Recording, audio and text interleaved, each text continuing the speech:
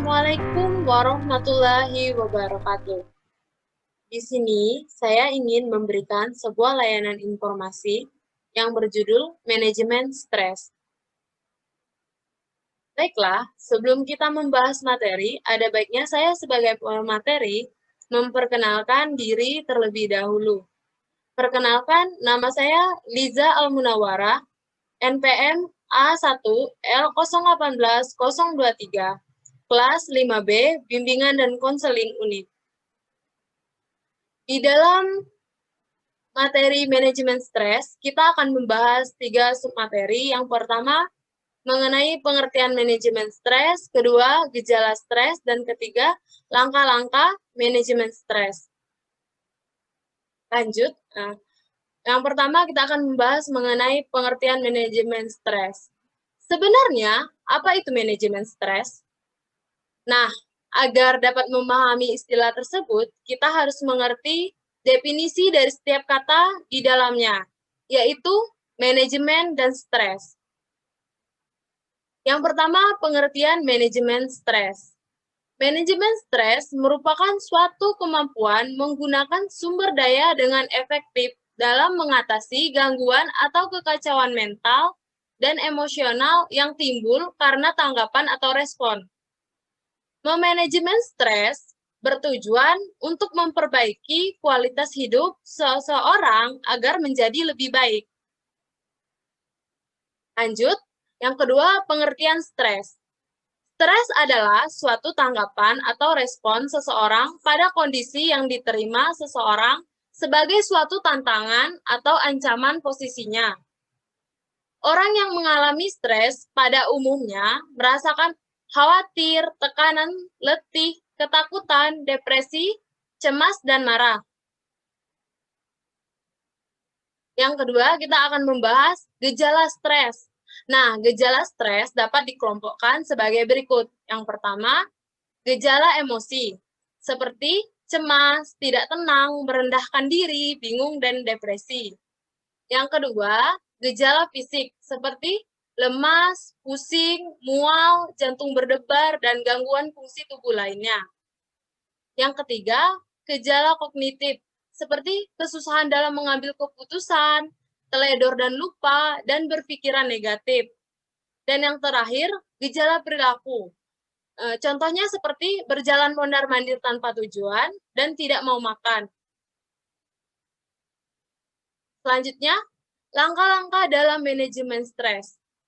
Nah, dengan adanya manajemen stres ini, diharapkan penderita stres dapat melewati masa stres yang dialaminya dalam keadaan yang baik, dari segi psikis maupun fisik. Berikut langkah dalam manajemen stres. Yang pertama, kita harus mengenali kebiasaan dan penyebab stres. Hal pertama yang dilakukan dalam mengatasi stres adalah mengenali penyebab stres itu sendiri. Misalnya, seseorang akan mulai stres apabila pekerjaan menumpuk dalam waktu yang bersamaan atau saat kehilangan sesuatu, atau pada kondisi lingkungan yang buruk. Kemudian, setelah kita tahu penyebabnya, kita identifikasi kembali apa yang dirasakan saat stres. Misalnya, akan mudah marah, atau akan salah mengambil keputusan, dan akan merasa pusing di kepala. Setelah kita tahu apa yang akan kita rasakan, kita identifikasi kembali cara atau kebiasaan dalam menyelesaikan stres tersebut. Tinjau kembali dari siklus stres yang dialami. Manakah yang baik dilakukan? Setelah mengenali kebiasaan dan siklus stres, maka akan mudah untuk mencegah dan menemukan solusi saat stres, karena setiap orang memiliki caranya tersendiri. Yang kedua, merubah kebiasaan buruk saat stres. Mungkin kebanyakan orang memiliki tindakan yang kurang baik saat stres. Misalnya saat stres orang meminum kafein, gula berlebih, alkohol, atau merokok. Hal tersebut justru menambah buruk kondisi penderita dalam jangka panjang. Nah, hal-hal tersebut sebaiknya dihindari apabila berhadapan dengan stres. Akan jauh lebih baik apabila diganti dengan kegiatan lain yang lebih baik dan bermanfaat. Contohnya olahraga, melakukan hobi, atau melakukan kegiatan relaksasi lainnya. Yang ketiga, memperbaiki pola hidup. Memperbaiki pola hidup seperti berolahraga, mengatur pola makan, mendekatkan diri dengan Tuhan, atau membuat diri menjadi lebih teratur dan terhindar dari stres. Yang keempat, meluangkan waktu untuk bersantai sejenak. Seusai bekerja atau menghadapi sesuatu, cobalah untuk meluangkan waktu sejenak untuk bersantai sejenak. Dengan bersantai, ini akan mencegah datangnya stres. Stres seringkali muncul karena seseorang terlalu sering termakan waktu oleh pekerjaan sehingga lupa untuk bersantai. Dengan bersantai, kondisi fisik dan mental dapat menjadi lebih baik. Yang kelima, stay positif. Dengan selalu menanamkan pikiran positif dalam setiap masalah, maka akan merubah pandangan dan respon dalam mengatasinya. Berpikir positif akan membuat orang menjadi lebih bersemangat dan bangkit kembali apabila dikenai masalah.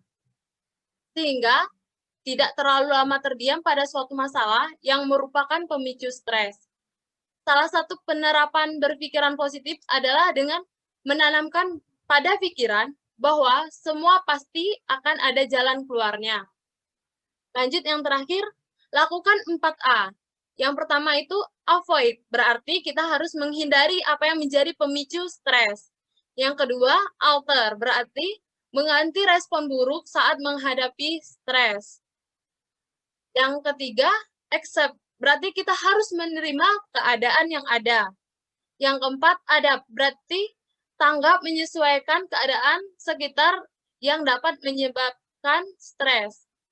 Nah, dalam menangani stres akan lebih mudah untuk diantisipasi sebelum terjadi. Namun, apabila stres yang dialami tidak menemukan solusinya yang berakibat stres berkepanjangan atau stres kronis, maka sangat dianjurkan untuk berkonsultasi dengan tenaga konsultasi psikis, seperti psikiater atau konselor. Nah, itulah materi yang telah saya sampaikan. Saya akhiri. Assalamualaikum warahmatullahi wabarakatuh.